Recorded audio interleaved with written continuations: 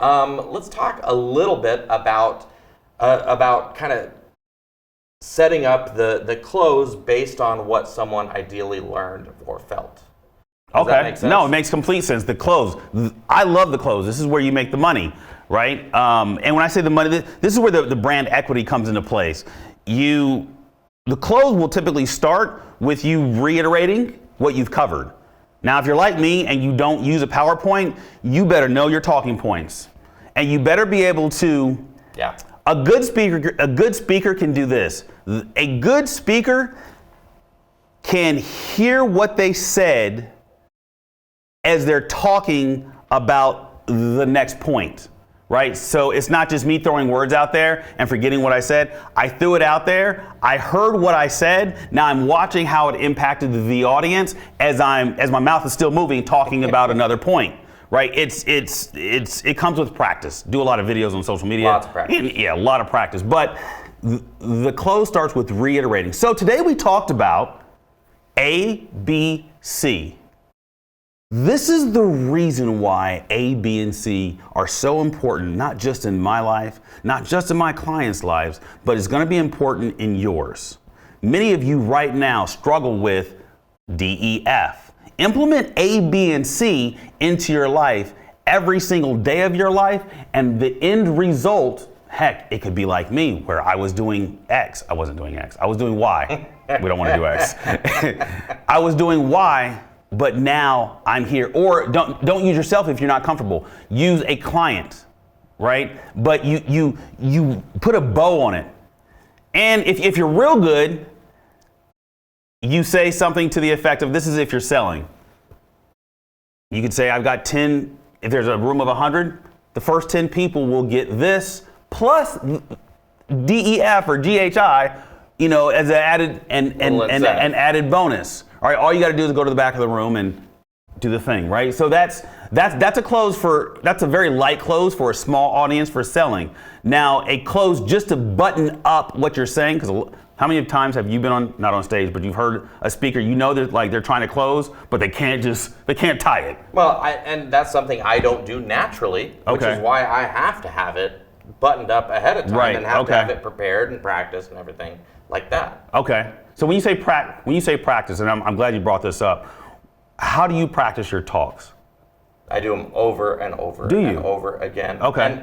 But not just, I do them in sections over and over. Again, because it's exhausting. You can't do a 45-minute talk 5 times. Yeah, you wear yourself out. But getting certain parts buttoned up, and it's usually while I'm preparing it.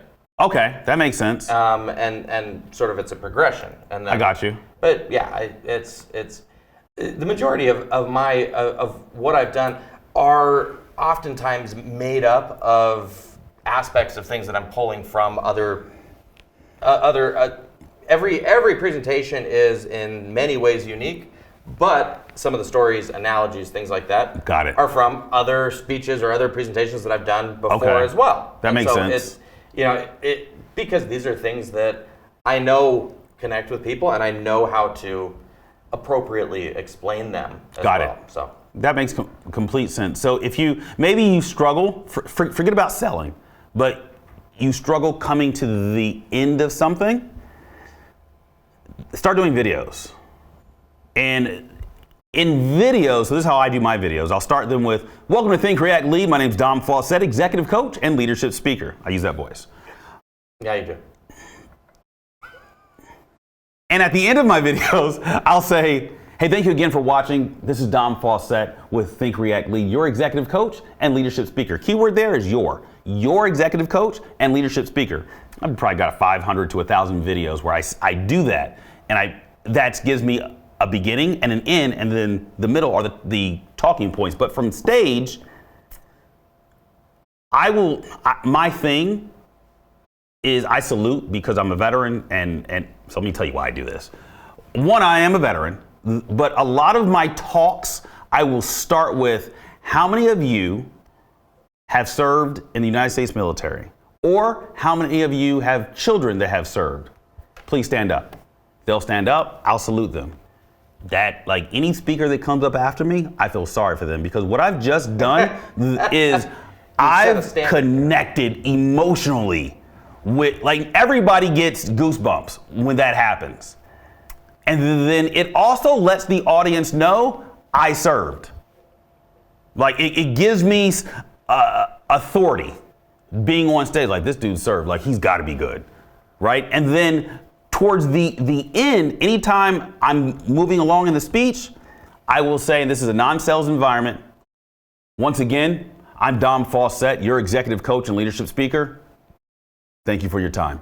And I give him a solid salute. And I do that at the end of many of my speeches. And to this day, I've yet to not have a standing ovation. Now, I don't do it for the standing ovation, but there's that level of respect. Yeah, and I think it also goes back to the brand awareness as well. It's branding. It is branding. It's reminding them who you are, what you're associated with, and where you've come from as well. Because your prior military experience is a big part of your brand and what's made you what you are today. I would totally agree. So maybe if you didn't serve, it's fine, right? Did that sound a little pompous? Yeah, a little bit. It's okay. It's okay. You made that judgment in your life. No, it's find a thing. So my company is Think, React, Lead. It's think as an executive, react like a soldier, and lead. So I might tell my audience that as you leave here, don't forget to think as an executive, react like a soldier, and lead in all aspects of your life. I might say that. I'll say that on a webinar because the salute thing just doesn't have the same impact on a way. It just looks weird. Yeah, it just Play looks a video real quick of you doing it. Don't do that, please, because they're out there. But it's button up. Know what your mantra is, right? One of my primary mantra is change one life every day for the rest of my life. So I might tell an audience, don't forget to change one life every day for the rest of your life, right? But it depends on what I talked about. So have I think they call it like a slogan. Yeah. Or a call to action. Have a call to action. Yeah, I think of call to actions differently, but tell me what you think of. I think of them more from a marketing perspective, as far as, so purchasing could be a call to action in certain presentations, or hey, go here, text to this number, or go fill out this form, or download this ebook. So that's sales, right? That is marketing. Yeah. Mine is that what I gave was more inspirational, motivational. Yeah. But to your point, it's just not what I think of when you said call to action. So what would you call that? My only point. I look at that 100% as branding, and I mean it's a solid way to close your presentation. So you're not knocking what I've Definitely said. not. No, just the description of calling it a call to action. Not a call to action. So in this world, I'm giving you a call to take action in your life. Ooh. There you go. A little play on words. A little bit. Yeah. But at the end of the day, whether you do what Jimmy does or what I do, it lets your audience know you're done. Yeah.